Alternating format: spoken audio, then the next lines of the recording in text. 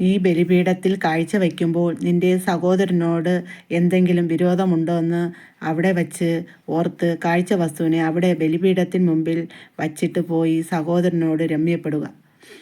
എൻ്റെ ചെല്ല മക്കളെ, എൻ്റെ ചെല്ല മക്കൾക്കെല്ലാം സുഖമാണോ? ഹാപ്പിയാണോ? നിങ്ങളെല്ലാം സന്തോഷമാണോ? ഇന്നലെ നിങ്ങൾ വാലൻ്റൈൻ ഡേ ഒക്കെ ആഘോഷിച്ചോ? നിങ്ങളെല്ലാം സന്തോഷമായിരിക്കുക. നിങ്ങളെ ആ സ്നേഹം നിങ്ങൾക്ക് നിലനിൽക്കട്ടെ. എപ്പോഴും സന്തോഷവും സമാധാനവുമുള്ള നല്ല നാളേക്ക് അമ്മ പ്രാർത്ഥിക്കുകയാണ്. എൻ്റെ ചില മക്കളെല്ലാം സന്തോഷമായിരിക്കണം. ഈ വചനത്തിൽ പറഞ്ഞതുപോലെ എല്ലാം നടന്നു മക്കളെ. സഹോദരിയുമായി രമ്യപ്പെടുക. ആ വചനത്തിൽ പറഞ്ഞതുപോലെ എല്ലാം നടന്നു. എന്നുവെച്ചാൽ അമ്മ ആദ്യം ആ സഹോദരിയോട് മാപ്പ് ചോദിക്കുകയാണ്.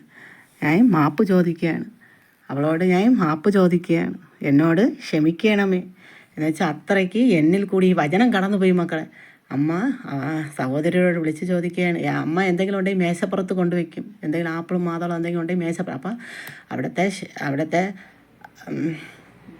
12 പേരിൽ ഒരാൾ പറഞ്ഞു, നീ ഇങ്ങനെ കൊണ്ട് വയ്ക്കണ്ട, നീ എന്ത് ചെയ്യുക, കാഴ്ച വസ്തുവിൽ കൂടെ ഏൽപ്പിക്കുമ്പോൾ യേശുവിന് ഉള്ള സാധനം അവിടെ മേശപ്പുറത്ത് നമ്മൾ കൊണ്ട് കൊടുക്കാം. നീ എന്ത് ചെയ്യുക, പള്ളി വഴി കാഴ്ച വസ്തുവായിട്ട് കൊണ്ടുവരിക എന്ന് പറഞ്ഞു.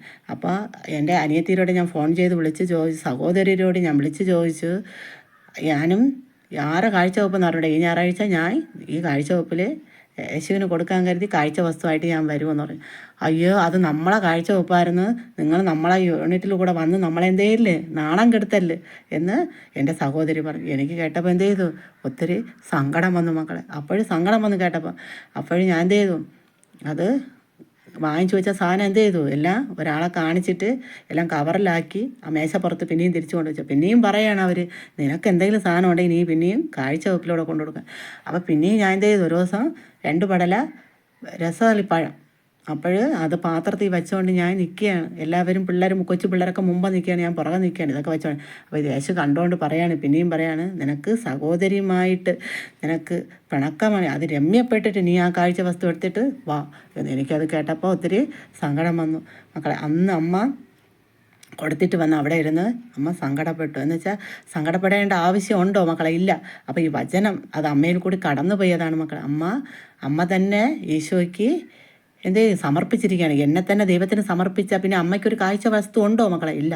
അത് അമ്മ ആദ്യം അത് അറിഞ്ഞില്ല. പിന്നീടാണ് ഈ വചനത്തിൽ കൂടി അമ്മയെ എല്ലാം കടന്നുപോയത്, അമ്മയ്ക്ക് കടന്നുപോയത്. അമ്മയുടെ ജീവിതം വചനത്തിൽ കൂടെ. അപ്പോൾ അമ്മ ദൈവത്തിന് സമർപ്പിതയായ അമ്മയാണ്. അതുകൊണ്ട് അമ്മയ്ക്ക് ഇനി ഒരു കാഴ്ച വസ്തു ഇല്ല മക്കളെ. അമ്മ തന്നെ ദൈവത്തിന് കാഴ്ചയായ അമ്മ. എൻ്റെ യേശുവിന് അമ്മ കാഴ്ചയായി കഴിഞ്ഞു, കാഴ്ച വെച്ച് കഴിഞ്ഞു. അപ്പോൾ അമ്മ ദൈവത്തിനുള്ള അമ്മയാണ്. അതുകൊണ്ട് എൻ്റെ ചെല്ല മക്കളെ, നാടുകളെല്ലാം ഒരുങ്ങണം ഈ കരുണയുടെ സഹായം ചെയ്യാൻ. എന്ന് വെച്ചാൽ കുരിശിൻ്റെ പീഡനവും എല്ലാം എൻ്റെ മോൻ ഒത്തിരി സഹിച്ചു, സഹനങ്ങളെല്ലാം ഭവിച്ചു. എന്ന് വെച്ചാൽ എൻ്റെ മോൻ അത്രയ്ക്ക് പീഡനങ്ങൾ അനുഭവിച്ചു. അതുകൊണ്ട് ആ കരുണ, അവനോട് കരുണയായിരിക്കണേ മക്കളെ. എൻ്റെ മോനോട് നിങ്ങൾ കരുണയായിരിക്കണം. അതുകൊണ്ട് ഈ അമ്മ വഴി എന്ത് ചെയ്യണം, മോൻ്റെ കരുണയുടെ സഹായം, ദൈവത്തിൻ്റെ കരുണയുടെ സഹായം എന്ത് ചെയ്യണം, അമ്മ വഴി എൻ്റെ ചെല്ല മക്കളെല്ലാം തരണം. ഈ വചനത്തിൽ നടന്നതുപോലെല്ലാം സംഭവിച്ചു. അമ്മ അനുഭവിച്ചതാണ് ഈ ഗസമൻ തോട്ടത്തിൽ. എൻ്റെ ചെല്ല മക്കളെ, നിങ്ങൾക്കെല്ലാം ഈ പള്ളിയിൽ വരാം. എപ്പോൾ വരാം? ഇപ്പം പള്ളി പണിയാൻ കരുതിയുള്ള പണി തിരക്കിലും ഒക്കെയാണ്. എന്നുവെച്ചാൽ തുണ്ടുകളെല്ലാം അടിച്ച് വിൽക്കാനും ഒക്കെ, നറുക്കെടുപ്പ് കൂപ്പനൊക്കെ ഒത്തിരി അടിച്ച് അങ്ങനെയൊക്കെ കൊണ്ട് പള്ളികളിലോട്ടൊക്കെ പോയിക്കൊണ്ട്, അപ്പോൾ അങ്ങനെയുള്ളൊരു സമയമാണ്. അപ്പോൾ ഇപ്പോൾ 2016 2017 ആകുമ്പോൾ അത് പിതാവ് വന്ന് തന്നെ നിൻ്റെ മക്കൾക്ക് ജനങ്ങൾക്ക് ഈ പള്ളിയൊക്കെ തുറന്നു തരും. വലിയ പള്ളിയൊക്കെയാണ്, നിങ്ങൾക്കൊക്കെ വരാം, നാട് മൊത്തം വരാം. അതുവരെയ്ക്കും നിങ്ങൾ എന്ത് ചെയ്യുക, ഒരു വർഷത്തേക്ക് നിങ്ങൾ ക്ഷമിക്കുക മക്കളെ. നിങ്ങൾ ക്ഷമിച്ച് കാത്തിരിക്കുമ്പോഴാണ് ദൈവം വലിയ വലിയ അനുഗ്രഹങ്ങൾ തരണം അല്ലേ? കാത്തിരിക്കണം. നമ്മൾ ക്ഷമിച്ച് കാത്തിരിക്കും തോറും നമുക്ക് വലിയ വലിയ അനുഗ്രഹം. നിങ്ങൾ എന്ത് ചെയ്യണം, കരുണയുടെ സഹായം ചെയ്യുക. അപ്പം നിങ്ങൾക്ക് അതിൻ്റെ അനുഗ്രഹങ്ങൾ നിങ്ങൾക്ക് കിട്ടുക തന്നെ ചെയ്യും മക്കളെ. എൻ്റെ ചെല്ല മക്കളെല്ലാം സന്തോഷമായിരിക്കണേ, നിങ്ങളെല്ലാം ഹാപ്പി ആയിരിക്കണം, നിങ്ങളെല്ലാം ഉഷാറോടെ എക്സസൈസും ഒക്കെ ചെയ്യണം. നല്ല മക്കൾ, നല്ല നാളേക്ക് വേണ്ടി നല്ല കരുതൽ. എന്ന് വെച്ചാൽ ഈ വചനത്തിനനുസരിച്ച് ജീവിക്കുമ്പോൾ എല്ലാ കാര്യവും ഇതെല്ലാം ആ പറഞ്ഞതുപോലെ അമ്മയുടെ ജീവിതത്തിലെല്ലാം കടന്നു വന്നതാണ്. കൊല്ലരുത്, വ്യഭിചരിക്കരുത്, മോഷ്ടിക്കരുത്, ഇതെല്ലാം.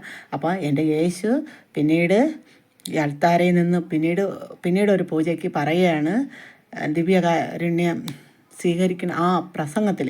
അത് അമ്മ എന്നെപ്പോലെ ആകുക എന്ന് വെച്ചാൽ അമ്മ എന്നെ കണ്ടുപിടിക്കുക എന്ന് വെച്ചാൽ യേശുവിനെ കണ്ടുപിടിക്കുക. യേശു എന്ന് വെച്ചാൽ യേശു നമുക്ക് എല്ലാവർക്കും വേണ്ടി ബലിയായല്ലേ. അതുപോലെ അമ്മ എന്ത് എല്ലാവർക്കും അമ്മയായി തെറ്റ് ചെയ്യാതെ സത്യസന്ധമായി എല്ലാവർക്കും നല്ല നീതി ന്യായവും നടപ്പിലാക്കണ അമ്മയായി ജീവിക്കുക. എന്നെ കണ്ട് പഠിക്കുക എന്ന് യേശു എന്നെ നോക്കി പറയുകയായിരുന്നു.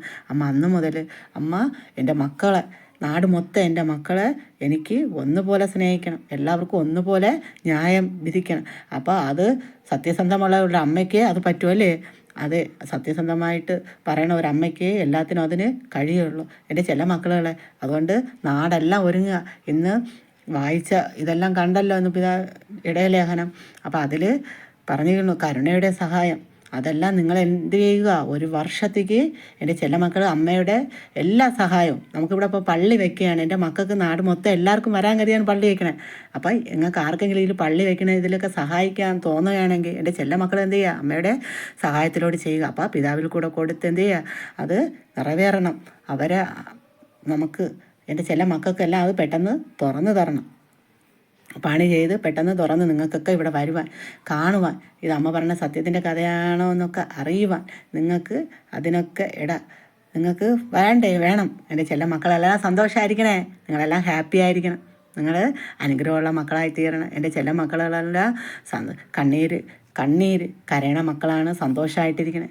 നമ്മൾ എത്രത്തോളം ദൈവം ചവിട്ടി താഴ്ത്തും, ദൈവം ഉയർത്ത തന്നെ ചെയ്യും, മക്കളെ ഉയർത്തും. അങ്ങനെ ഒരു വ്യക്തിയാണ് ഉയർത്തണത്. എൻ്റെ ചില മക്കളെല്ലാം എന്തുകൊണ്ട് ചെയ്യണം, സന്തോഷമായിരിക്കണം, എല്ലാവരും ഹാപ്പി ആയിരിക്കണം. നാട് മൊത്തം എല്ലാ മക്കളും, എൻ്റെ ഇത് സ്വരം കേൾക്കണ എല്ലാ മക്കളും, വൈദികർ തൊട്ട് എല്ലാവരും ഒരുതർക്ക് പോലും ഒരു കുറവും വരുത്താതെ ദൈവം നിങ്ങളെ അനുഗ്രഹിക്കട്ടെ. എൻ്റെ ചില മക്കളെ ഞാൻ നിർത്തുകയാണ്. അമ്മ വയ്ക്കുക.